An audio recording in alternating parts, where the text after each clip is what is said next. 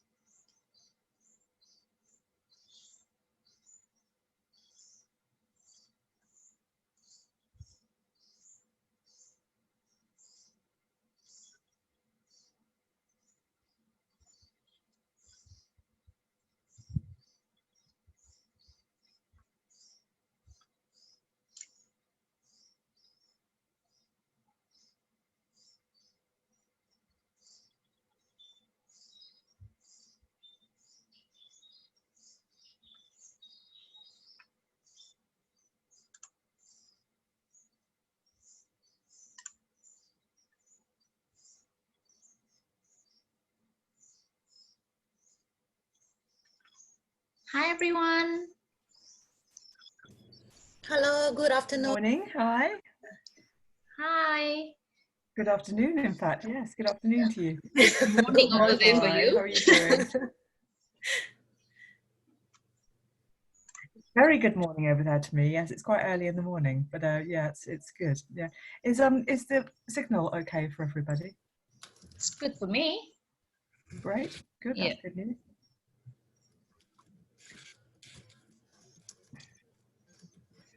Just give it another And how 5 many minutes. students have you got? Yeah, that's fine. Francisca said, I thought your name and looked familiar. Oh, that's my student, Ronald. Oh, Ronald. Yes. Yes, Ronald. I think he's in another room.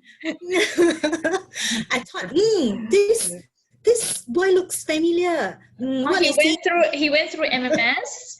Yes. Oh. Yeah, he's not a lawyer. Yes. I thought he looks familiar. Then it's like, cannot be him. What is he doing here? Gosh. Then I was like, suddenly I saw the message. So how many people have we coming this morning? Do you know? I have no idea because I have not given a list of the registration. But don't worry, everything will be recorded today so that it will be published on our website later on. That's absolutely fine. So tell me, how is it working? Because you're probably in charge of it. How many people are presenting today? There are concurrently 2 rooms that are happening at the same time. So right now, I think the other room has Swinburne University. And hang on, let me go through that list. 1, 2, 3, 4, 5, 6, 7, 8, 9. So there'll be 18 sessions today, this week, and then there's another 18 sessions next Saturday. Oh, that's really exciting. That's amazing. But that's this weekend is mainly UK university, and then next weekend I see mainly the Australian. Yes, so exactly. So yeah, no, that's fine. It just kind of gives people an idea, really, if they're wanting to go on and do their A levels and go to top universities, really. But that's absolutely fine. Yeah. And we've got kind of half an hour or so, haven't we? Is that right? About half an hour? Correct. You get half an hour, and then we can leave in the final 15 minutes for some question and answer from the students, if any. Yeah. Otherwise, I'll be asking some questions, or maybe you can give us some additional information about what is it like studying at Cardiff, the sixth form college. Did I get the name? Yes, that's fine. Yeah. Very interesting talk. I attended like 3 today, and my last session was another UK university as well, Sunderland. Yeah, it's quite popular. I didn't know they offer cosmetic science, so that was new to me. That's interesting. I didn't know they offered cosmetic science. That is new to me too, very definitely. But it's interesting actually, because I've got both my daughters going off to university this year, so they're all going. Yeah, one's going to Surrey and one's going to Manchester. So So it's quite funny. So I'm looking at these kids and thinking, gosh, that's exactly where, you know, what's happening with my children too. So it's interesting. You know, it's been kind of nice actually doing it personally as well with them.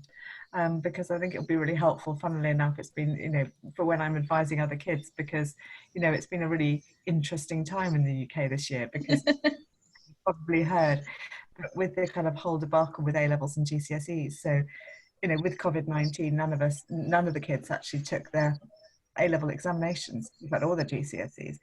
So we went through this real kind of situation where we were going to have an algorithm where the examining board, or the regulator Ofsted, actually took all the different teachers' marks and then regulated them depending on many different factors. And that all kind of went slightly wrong. So in the end, they ended up giving them the grades that their teachers had suggested, you know, taking evidence into account in terms of mock examinations and coursework and things.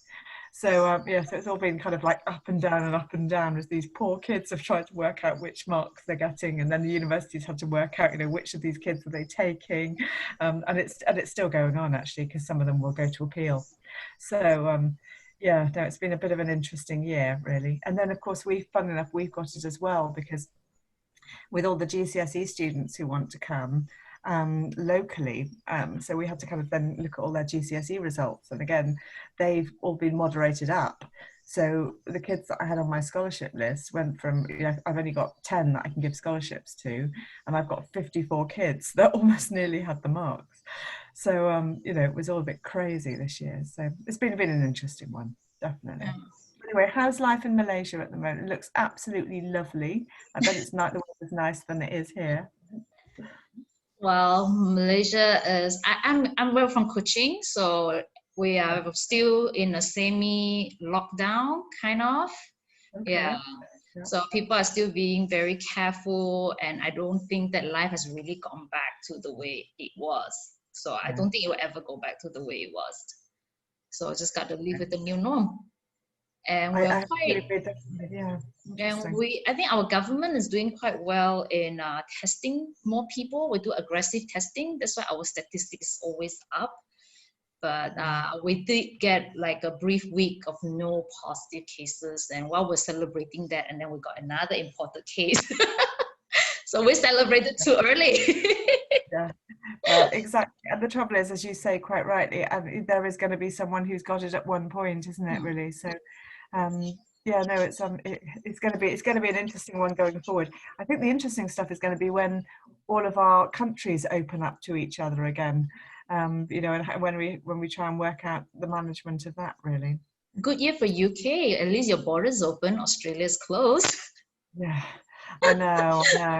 I mean, it must be. I have to say, I do feel for everybody in Australia, because they've had, you know, they thought they were doing so well for such a long time, and then whoosh, it all kind of, you know, it's been really hard for people. So yeah, no, it's really interesting, isn't it, to see how it will change. And you know, I don't know. I'm kind of interestingly, because the very funny thing for us actually, and maybe I don't know, maybe because Cardiff is you know, is the #1 school, but we're actually absolutely packed with international students. Right. I've got more kids this year coming than any other year. So I mean, maybe it's we work harder and harder at it because we were worried that things might drop off, but. And I still don't count it really until they actually arrive in September. But, you know, I think I've only got out of, you know, whatever it is, my 200 new students or whatever it is that I've got, I've only got about 5 or 6 that haven't paid the full fees. So I'm pretty sure that we're going to be pretty good, you know, because if they've paid that huge amount of money, you know, to boarding school costs, one presumes that they are actually coming, and we've had all their flight details and everything. So, you know, I'm pretty confident, but you know, it's incredible, really. I think I'm probably more worried now, actually, about next year. Right. Which is interesting because, you know, not being at the moment, it's quite difficult to travel, obviously. There's only certain countries that we can. So interestingly, I'm actually meant to be going on holiday to Italy in about 2 weeks, which actually I still can do at the moment.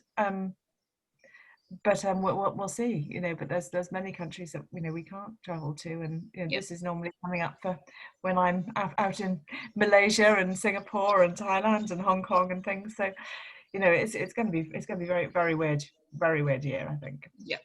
We'll okay. see.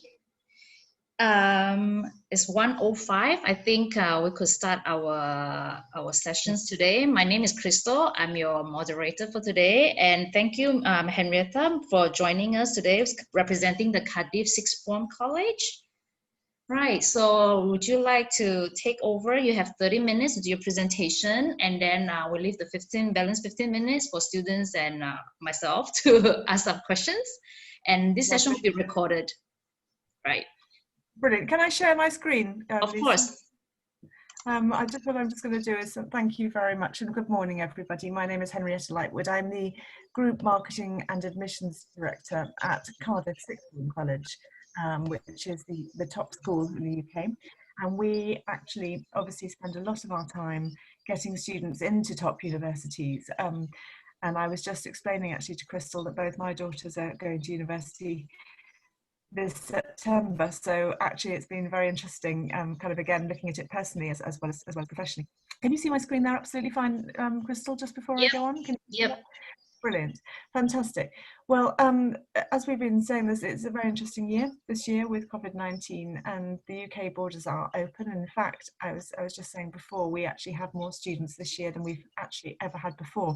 So it's a very interesting time, I think.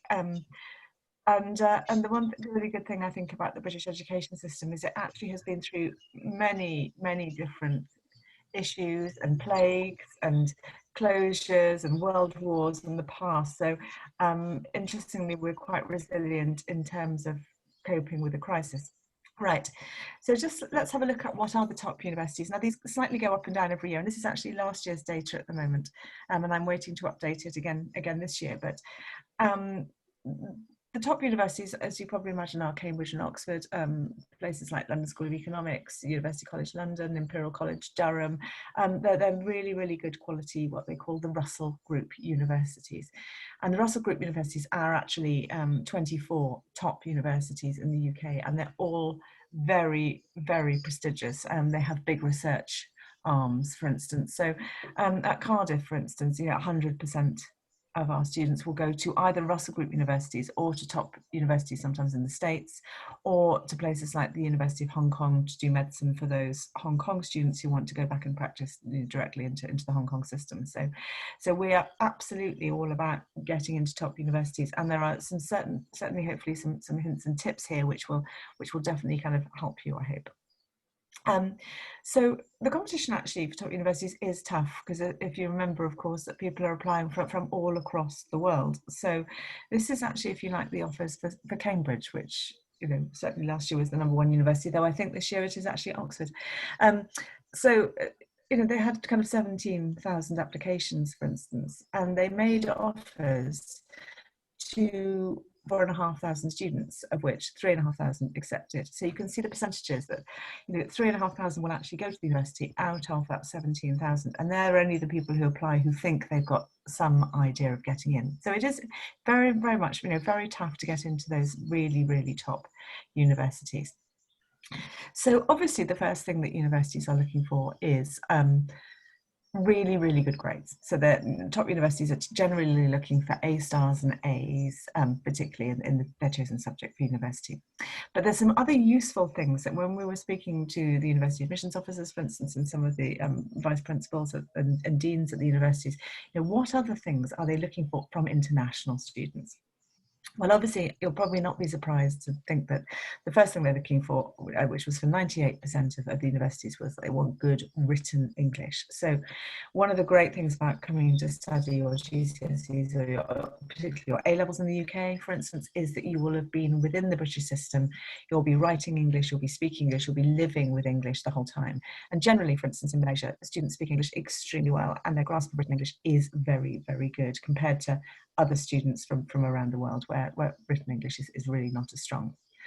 They obviously want to make sure that you really want to do the subject that you've decided to do. So being passionate about engineering or about law or about finance, whatever it is that you want to do is really important. Make sure it is absolutely what you want to do.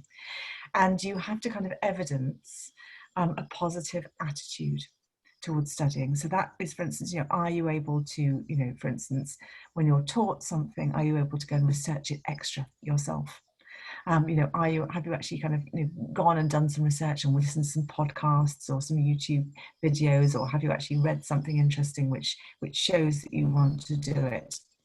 Have you actually gone to kind of find out about it more practically? Working and thinking independently. And when you go to university, for instance, you'll find that you're not taught the same as you would be in school, where a teacher stands up at the front of the class and tells you information and you write it down and then you learn it and then you think about it and then you kind of give it back to people. You'll actually be given concepts and ideas, so you've got to learn to be able to kind of go away, explore things yourself. I mean, it's a very, very different set of skills. It's funny enough, it's one of the areas that we work very hard at, funny enough, at Cardiff Sixth Form College, because if you could actually help people understand what working independently means, it does really set you up for the future. This was a really interesting one, a reasonable grasp of maths. Now, maths is obviously a core subject, it's very important, but even for something like law, which generally tends to be a humanities-based subject, it's not the fact that you can do maths is what they're saying here. What they're saying is it's the concepts that go behind studying maths. It's the processes. It's being able to look at things systematically. It's being able to review things factually. Those are the concepts that you get from studying maths, and they're really, really useful when studying some of the really kind of top subjects at university. Now, this is an interesting one. So this was really more to do with kind of the UK, evidence of success through a difficult starter background, because obviously the universities are proactively trying to kind of recruit students who come from a wide variety of backgrounds, so they're kind of positively discriminating, if you like. But interestingly, international students can use this to their advantage too, because they, to a certain extent, come from a difficult start. They don't. English is not necessarily people's first language. You've had to travel halfway across the world to come to a British university. You really want to come, so definitely use that to your advantage about how passionate you are about UK, if you like. Positions of leadership and responsibility. You might have been a prefect, or you might have been a head boy or girl, or a sports captain, or you might have led a project. That's really important in your personal statement to show how you show leadership skills. Work experience is another one. So, one of the things, again, we do at Cardiff, for instance, is we do a huge amount of work experience. In fact, one of our work experiences, our law work experience, takes place actually in Kuching, because we do international work experience. So, again, if you can get some good work experience, that will be really important for you when you go on and talk, interview for the universities. So, the excellence of performing arts activity. Well, many of you will be playing a musical instrument, for example. And the skills that you get with something like practicing the piano for 5 or 6 years and diligently, making sure that you make something as perfect and create it as beautifully as possible, and then add emotion and everything else on top of it. Those kinds of skills are actually really, really important, and things that you can think of again in your application about what you've learned and why it's been important to you. And it shows that you're a well-rounded, interesting person. And again, as a Malaysian student, for instance, you're actually in many ways already here, but an awareness of global or cultural differences. Universities are, they're definitely, globally, they have students from all over the world. It's a real kind of global atmosphere, and they definitely want people who have an appreciation for other people's cultures and understanding of that, because a lot of the discussion that you will have will be around whatever subject you're studying will actually not just be about studying in the UK, it will actually be about all the different things that you've learned from around the world.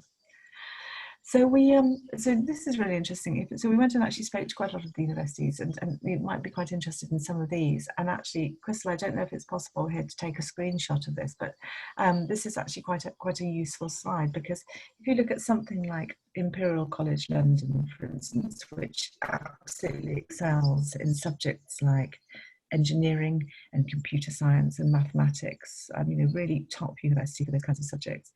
And what they're saying is, is for instance, oh gosh, I can't read all of this now because hang on, I've just got to kind of minimize myself. Sorry, bear with me. While work experience and internships that are directly relevant to the program you're applying for can strengthen your application, do not underestimate the value of transferable skills.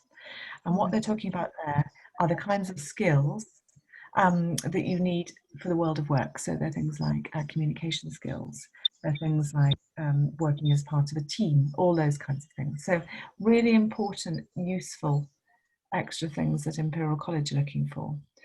Durham, for instance, is looking about, they want to find out what makes you unique. For instance, don't, ever think that you need to write the same personal statement as someone else. Being unique is really important. Oxford is looking at positions of responsibility and extracurricular, for instance, in some of their interviews and some of their, what they're looking for in personal statements. So there's some really, really interesting things which show, apart from grades, what universities are looking for. So how can you do it? Well, first of all, the top universities will check your GCSE or your IGCSE grades, or equivalent, obviously, because not everybody, some people will take SBMs in Malaysia, for instance. So, it just depends. But the more A stars you have, the better. This is for top universities. Now, when you go and study something like A-levels, it's all about quality in select subjects. So don't be tempted that you think you need to take hundreds and hundreds of A-levels. You don't. People generally, and offers are made on 3 A-level subjects. Now at Cardiff, we do take 4 because we have particularly bright students who are wanting to go to the very top universities. But, consider your university course when you're choosing your subject. So to give an example, some courses, require particular A-level subjects. The obvious one being medicine. You must have an A-level in biology and an A-level in chemistry. And they will, universities will check your predicted A-level results, and they'll look at it, for instance, based on your AS modules. And really, for the top universities, they're looking generally at something like 90% for an A star in each module, or 80% for an A, and goes down to 70% for a B, for instance, and those kinds of things. So the other important thing is that, although, say, for instance, Cambridge, or I think it's Oxford this year actually, is the #1 university, that doesn't mean that they're #1 in every single subject. So we were talking about Imperial College, for instance, that is the #1 for engineering, for instance. Somewhere like Durham is #1 for music. There's different places, and that's one of the things actually about coming to your A-levels in the UK. You'll get huge amounts of support on this area. But there is around 130 universities in the UK. They're all absolutely huge. They take thousands of students. The largest university actually is Manchester University. And choosing the right one requires a lot of research. So you need to find out, for instance, does it offer the best course for you? So whatever subject you're doing. So to give you an example, my youngest daughter at the moment is going off to study music at Manchester, for instance. And, when she was actually looking at her course and researching all the different kind of areas of music, for instance, which is the thing that she's interested in, there's a wide variety of different ways you can study it. Or the same with law, something like law. Again, which area of law are you interested in? Which area of engineering are you interested in? Do you want mechanical engineering or chemical engineering? You have to kind of look at the course in quite a lot of depth there. Size and location, if you want, as I've said before, if you want to go to the biggest university, go to Manchester. If you want to go to London, you will need to go to somewhere like University College London. If you want to go to a big campus university where the whole kind of, the whole university life is on site, somewhere like Warwick was really good. If you want to go to a college type university, maybe it's Durham or Oxford. It just depends. That there's very, very kind of different locations, and it depends on what's important to you. And if you look at the employment statistics, which are detailed for all of the universities, you want to find somewhere, particularly now, that you can have 2 years work experience in the UK following your university, which is going to give you a good sense of employment afterwards. And the universities are ranked actually in many of the league tables. And if the Complete Universities Guide is probably the best, for instance. The Guardian Guide is also good. What university has a really good reputation for getting their students employed at the end of the course?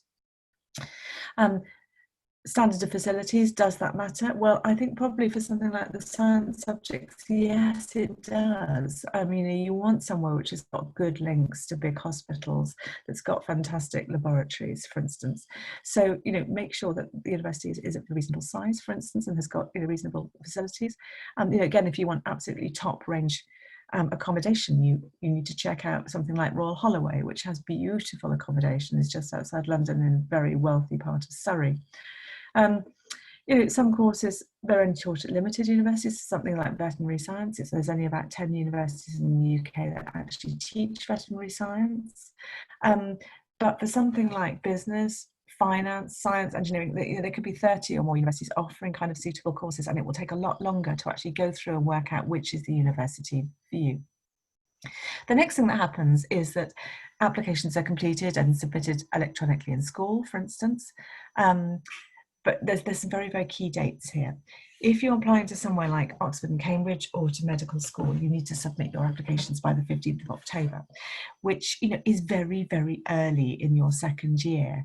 So you have to be very, very well organised in terms of your personal statement and getting your application together really in the summer before. And generally, you apply for up to 5 universities. But make sure that you only choose one from either Oxford or Cambridge, because you can actually only apply to one. So say you have your 5 courses, and you've gone off to visit them, and you've been to their open days, and you've worked out which kind of nuances of particular courses suit you. What will then happen is that the universities will then come back and they will then give you offers. And when they give you offers, for instance, you then narrow it down to both your first choice and what's known as your insurance choice, which generally is a university that's requiring you to get less high grades, just in case it all goes wrong on A-level results day. So the other thing you can do, obviously, which is important when applying, is your personal statement. And the reason being is it can show people how good you are. It's the kind of bit of individuality. When people are looking at a whole range of predicted grades and just names on pieces of paper, you want something that actually shows you as a person. But there's some guidelines with it. You could actually only have 4,000 characters. That's not words, 4,000 characters. So the way you write your personal statement needs to be very concise and structured. You need to be very clear and really think about what you're putting into it. Now, we go through all of this, and if you ever wanted some guidance, we do quite a nice summer course on getting into top universities. But as an A-level student studying at Cardiff Sixth Form College, for instance, we will give you huge amounts of support on all of this, and we go to incredible depth actually, and bring a lot of our students back from university to come and act as mentors from you, and we bring in a lot of speakers. So if you're coming to somewhere like Cardiff Sixth Form College for your A-levels, you don't need to worry, we will help you do this. But if you're not, there are some good guidelines on how to write a personal statement online, and just make sure that you're very clear and you're very concise, and it's very, very much written about you. There's a few do's and don'ts, and there's another one that might be useful as a screenshot, for instance. But the key things are: be relevant, mention your skills and experience, make sure you check your personal statement for spelling and punctuation. There's nothing worse than reading a personal statement and it's full of errors. It'll be one of the things that will knock you off the list very, very quickly. Link your current and your future studies. So, for instance, if you're wanting to study medicine, for instance, you want to kind of link what you're doing in terms of your chemistry at the moment with your university subject, which is medicine, and make sure you've got some links coming in between one and the other. One of the key things I can say to you is be original. Do never, never, never crib information from other people's personal statements. The UCAS spiders have stuff all over the place, and if you've cribbed it or you've copied something from Google, you are doing yourself a massive disservice. This is your chance to sell yourself to the university about why they should take you. Do not use anyone else's. Also, they'll quiz you about it hugely when you go to interviews. So you want to make sure it is something that absolutely reflects the kind of person that you are, and why you want to do the course, what interests you, and what drives you. And as I've said before, you've only got 4,000 characters, so don't be irrelevant, for instance, and don't lie. Don't write big quotations or cliches. You haven't got the space. You'll find that actually 4,000 characters goes pretty quickly. Now, the other thing that you may need to think about if you're going for top university courses is, of course, university entrance exam tests. And again, this depends on the subject you want to do, but they're probably, for a lot of Malaysian students who want to do things like medicine and veterinary science, they will be taking things like the VMAT and the UCAT. And these are kind of very different tests to A-levels. They are kind of aptitude tests. The universities are trying to work out, you know, are you actually the right kind of candidate to do something like medicine where you're in for about 7 years? It's very, very in depth. You're doing very, very long hours. Do you have the empathy and the resilience to be able to go through that? And that's what these tests are trying to work out. So, you know, we kind of, again, do a whole kind of term's worth of testing and support for people doing university admissions tests, for instance. We do Saturday morning classes on things like STEP, which is the kind of further maths classes, and we do extra Sunday classes for the PAT, which is the physics aptitude test. So, you know, that they are quite different. And, you know, if you're not coming to somewhere like Cardiff or you know, one of the top schools in the UK, do make sure you have a look at what, you know, what is TSA, what is an LNAT, if you want to study something like law. And the next stage, of course, is that you will hopefully be chosen for an interview. And this is great when you're chosen for an interview, because it gives you a chance to get right in front of the university admissions tutors. And again, I'm speaking from very recent personal experience this year. I know my youngest daughter, certainly, who is very good at an interview. I think it's one of the reasons why she was given her place, actually, is that, you know, if you can express yourself well, you're a good communicator, you can present well, you know, this is the chance for you to go in and really make yourself memorable to the lecturers. So, you know, they're generally not trying to trip you up there. They actually want to hear what you know, why you want to count, that kind of stuff. But you know, they can't tell or understand who you are from a form. And, you know, as I said before, this is the chance, you know, to show them who you are. So it's actually a real plus if you get invited for an interview. Really, the top universities all require an interview, and some of them require more than one interview. For someone like Cambridge, sometimes you might do 3 interviews. Say it's for medicine, for instance, the first one might be, you know, why do you want to be a doctor? What work experience have you done? The second interview might be something like all around your BMAT admissions test. And then the third one will often be something like a critical thinking interview. And again, this is somewhat an area we spend a lot of time on in Cardiff, but critical thinking is really, really important at university, and particularly the top kind of academic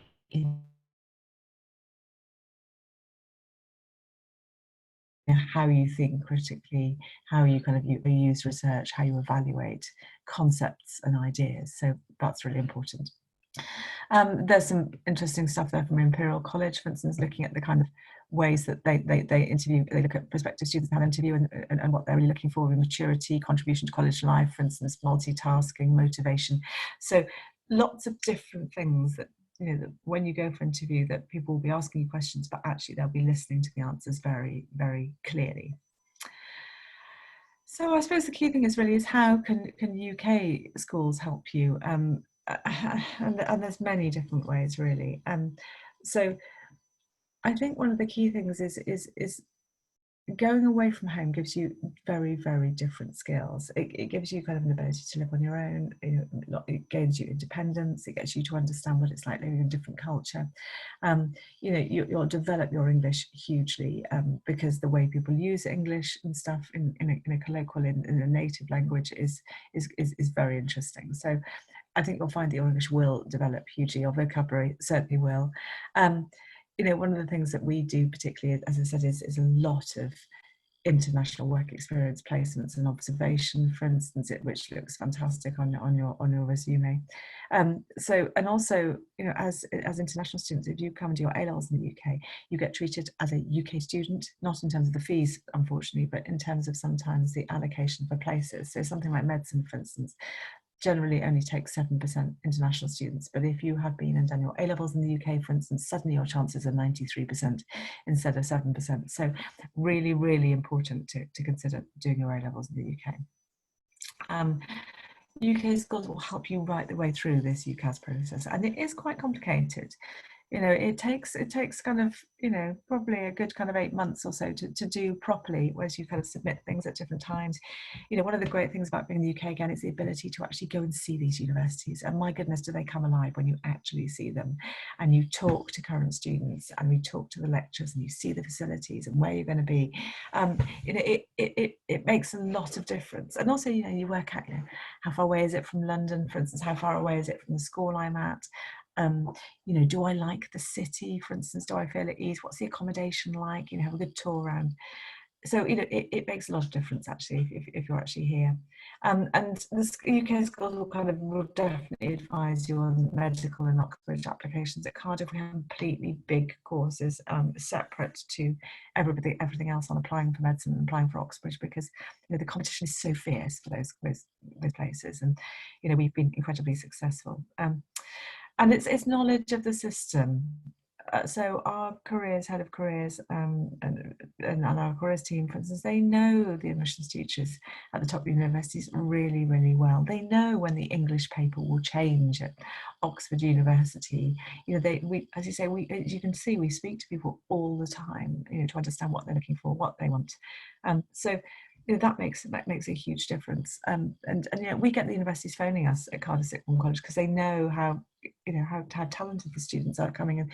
Last year we had Leeds University, for instance, phone us because they had some places left in medicine, and they wanted to work out whether we had anyone who was suitable. And you develop relationships. That's really what that's all about. So if you want to go to the US, which some students do, as schools, we obviously help people with their US application. A bachelor's degree takes 4 years to complete, for instance, instead of 3 years in the UK, because the universities in the US is structured very differently. The first 2 years are kind of general. They're kind of almost like a general catch up, for instance. And sometimes we've got our students actually to go straight into the second year because that generally the UK education is at that point in time is slightly further ahead. But basically you have to do different things, but you don't just write one statement. For instance, you write different statements for all of the different universities, and you submit them directly to the institution. And sometimes they require kind of essays and information, but they're really looking also for kind of a whole range of extracurricular. And they don't do kind of conditional offers in the same way that UK universities do, but you are expected to perform at the grades that you're predicted. You have to go through different testing, the SATs and the ACT reasoning tests, and they look at your application form, your school reports, your references, and it's important to have some kind of interview training, because some of that, for instance, may be done by Skype or by Zoom, as this is being done today, for instance. So we'll give you huge amounts of support should you want to do USA, for instance, or any other university around the world. And every year we send students, as I said, to different places, but most will go to UK universities. What do you receive at UK schools and colleges? Well, you receive your GCSEs or your A-level qualifications. Generally, UK boarding schools are actually much cheaper than private US schools, which actually are very, very expensive. But to give you an idea, kind of fees for a boarding school are generally around about £40,000 a year, for instance. I can't, off the top of my head at this time in the morning, convert that for you, but if you look at about £40,000 and check that in, that will give you an idea how much it costs, because it includes all your accommodation, or your food, or your medical provision, or your books. Those kinds of things are all part of the fees for a boarding school. Whereas when you look at your university fees, for instance, you'll find that your tuition fees are costed separately to your accommodation and food and transport and everything else. We will give you massive amounts of support, and we will do preparation programs, we'll do one-term taster courses, we'll do summer school programs, all which will help you kind of prepare for different courses for going on to universities. So Cardiff very happy school, for instance, but it is very top in terms of grades. In fact, I can just reveal for you, if you look, their A star to A grades 90%. This year, 95% of our students got all A stars and A's. It is a phenomenal achievement, and we're still going through. We haven't published the results of them because we're still going through the review process. It's been a slightly different year with COVID-19, so you'll find that a lot of the UK schools won't yet have published their results because it's taking a bit longer this year. But the results are absolutely phenomenal, and that's what I mean. That's why, as I said, 100% of our students really go on to top universities, either in the UK or around the world. And it's been like that for the past 10 years. And particularly if you're looking to get to something like medicine or engineering, computer science, it's absolutely the right college, I think, for people to come to. That shows you the kind of 2015 to 2019, the data about, those are the top schools, for instance, in the UK over the past 5 years. And it shows you where Cardiff is, and actually the percentage difference between Cardiff and the next school down Westminster. So there is quite a big difference. It's an award-winning college. We've won awards really for the past 9 years on academic results, and we've also won big awards on pastoral care, and we've won top school awards. That gives you an idea of some of the university destinations for 2019. So as you can see, lots of people kind of, students going on to Oxford and Cambridge percentages, 18 went on to Imperial, University College London. I put in the kind of Hong Kong universities and Chinese university there, 14 went to study almost completely medicine and dentistry. London School of Economics, very brilliant school for management, finance, economics. So, really, really great universities. And these are the kinds of things that people went to study. So 32 students went to study medicine last year. 5 students went to study dentistry. It's a huge, that's more than probably the next 10 schools in the UK. They're better at doing medicine, I think, and dentistry and veterinary science than any other school. And I've worked for 16 years in education and worked for 5 very good boarding schools in the UK. So absolutely excellent. For getting into top universities, there's nowhere like Cardiff, really. Wide range of subjects, and but definitely I was going to say to people, when choosing A-level subjects, choose the ones that you really enjoy and that you have a passion for, because that is likely about where you're going to go for the rest of your life. For instance, you'll have an awful lot of tuition, weekly tests, for instance, massive amounts of one-to-one support by personal tutors. So all, kind of very, very important. Anyway, I think what we'll do is we'll probably leave it there, because I think we might need some questions. Yes, thank you so much for this very informative talk. I really enjoy it, and yeah. Brilliant. Well, Lisa, thank you very much, and I hope it's helpful. And definitely, I'm really happy if people want to email me directly.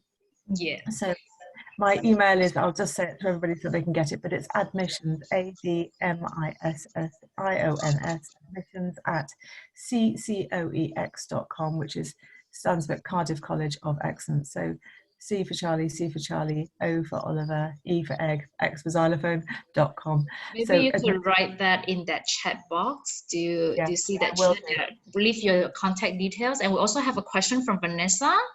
Yes, of course. If there's a January intake. I'm just writing that down for you. And we've just stopped our January intake, interestingly. We used to do January intake, but now we've decided really that, well, there's lots of reasons why. It's getting very popular to go to Cardiff Sixth Form College, and so I actually don't end up having any spaces in January. That's the really kind of the awful thing of it, really. It's also, if you're going to top universities, and there are some really bright students, don't get me wrong, who can do it in January and can do it in 18 months. But you're kind of missing the experience, really, in many ways, because if you come in January, it means that all you're doing is working. Which is great in many ways, but you're kind of missing out also in the whole kind of joy of going to a boarding school in the UK.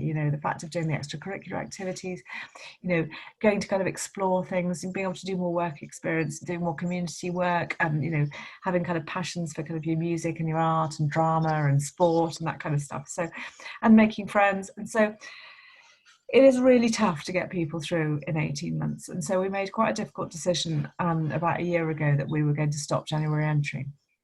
Okay. So then, sorry, it's an interesting one, because this year, obviously, in Malaysia, the exams have changed, for instance. So September entry is going to be much better for people this year, because they're not generally getting their results until later, which is great. But there's lots of online courses you can do generally if you're finishing, you're normally finishing in kind of January, February time, and you can keep going to school quite often for a few extra months. So please don't think that time's ever wasted. It will give you a time to mature. It will give you a time to do some more voluntary work, for instance, or go and do some work experience. So, or kind of go and work somewhere else and do some online courses. I mean, that's what, interestingly, quite a lot of kids have been doing this year, for instance, when they've been at home. So, it's definitely not wasted time. And I would suggest, if people can wait till September and do the 2 full years, I think you'll be in much better position to actually get to the really top universities at the end, because you'll be much more mature. Okay. So Vanessa, does that answer your question? Okay, we have another question from Elda. What is the fee for the total A-level course? Right. It's so roughly generally fees for A-level courses are around about £40,000 per year, and there's an A-level course is generally 2 years, so it's around about £80,000, and that really includes virtually everything. It's slightly different schools. I mean, the costs at Cardiff Sixth Form College I think are 46,000 a year, off the top of my head. So yeah, and it includes everything basically. So apart from your flights, because people come from different places, so it's obviously impossible to add flights. And but basically it includes your food, includes your medical stuff. I mean, there's a full medical thing on the site, includes people looking after you, because obviously under the age of 18 the rules for child protection are different than when you're over 18. So so obviously we need to look after you, you know, kind of full time, 24 hours a day, and put on lots of activities and the evenings and at weekends, and that's what happens. Right. So it's 80,000 pounds for 2 years. It's a full course. About It 2 includes years, everything. yes. Okay. Any more questions from Vanessa and Elda? And I think Henrietta has already left her contact details in the chat, so do copy that down. And also you could contact Miss Francisca, the coaching representative. Absolutely, yes. Yeah. Francisca knows all about Cardiff Sixth Form College, so you know, that's great. Now I've been to visit your school on 2 or 3 occasions. It's a fantastic school, and we've had many students who've come from Lodge School actually onto Cardiff Sixth Form, which has been really nice actually. Yeah, I've visited both the national and the international sites, and I will certainly try and come and do that next time.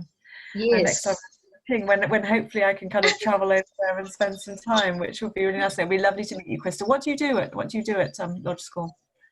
I'm actually the committee member from the alumni. I used to study law in Australia, like Carol here. Carol is a fellow committee and alumni as well. Oh, brilliant! Oh, fantastic. And I think it's a brilliant thing you're doing, inviting the universities and schools to come and speak, because you know it just gives people a kind of like a really kind of good idea about what people can offer. So you know, anyone who's watching, definitely take the universities and schools up on their offer of you know, speaking to you afterwards, because and they will answer any questions that you want to, so please don't be shy. Okay, so we have another question from Vanessa as well. When is the latest they have to apply? Semester starts next month? Well, yes, basically, so the applications for, so we'll be looking, say, at September 2021 entry now, really, and you can start applying anytime from September. And generally people apply throughout the year, so you apply whenever you would like to, really. And what you do to apply, I suppose, is the other thing. Well, send an email to me and I'll send you, or you can get it on the website. You fill out an application form and pay a £250 application fee, and then what you do is you take entrance exams in the subjects that you want to study for A-level. So for us at Cardiff, because we do 4, you take entrance exams in 4 subjects. So say you wanted to do maths, further maths, biology and chemistry, for instance, and you take your exams in that. If you want to sit for a scholarship, and I do have Malaysian students who want to sit for a scholarship, it's up to 50% off the tuition fees, which is just the tuition element. So the boarding element you don't get any money off, because that's just a cost, if you like. But the tuition element's about 18,000, so you can apply for about up to 50%, which is about £9,000, for instance. And you can, yes, and to answer your question, you take slightly different exams for scholarship than you do for entrance exams. They're much harder, because scholarships are based on your academic performance, so it's not just a money off thing. You know, at Cardiff we're looking for really bright, you know, you're surrounded by really bright students from around the world. You'll have the most incredible address book for the rest of your life, but basically you know, we're looking at kind of academic achievement. So you know, absolutely fine, and definitely we want you to apply for your scholarship right at the beginning, because otherwise you'll be taking the wrong entrance test. You'll be taking the general entrance test rather than the scholarship test. So you're very welcome to do that. So when you register, ask for a scholarship form. I will send you a scholarship form at the same time. You'd be most welcome. That's really good. So is there any more questions from Francisca and Elda? If there's no more questions, I need to wrap this up so the next host can come in. Yes, it's a busy day for you, Crystal, and thank you too, Francesca, for all of your help. And and that stuff is really appreciated. And please give my regards to everybody at MMS. Lovely agency, really good.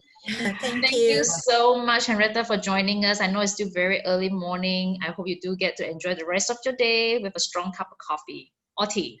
I'm looking forward to it. Thank you very much, and lovely to see you all. And, all right. keep safe, as they say. Take care. All right. Thank you. Bye. Bye.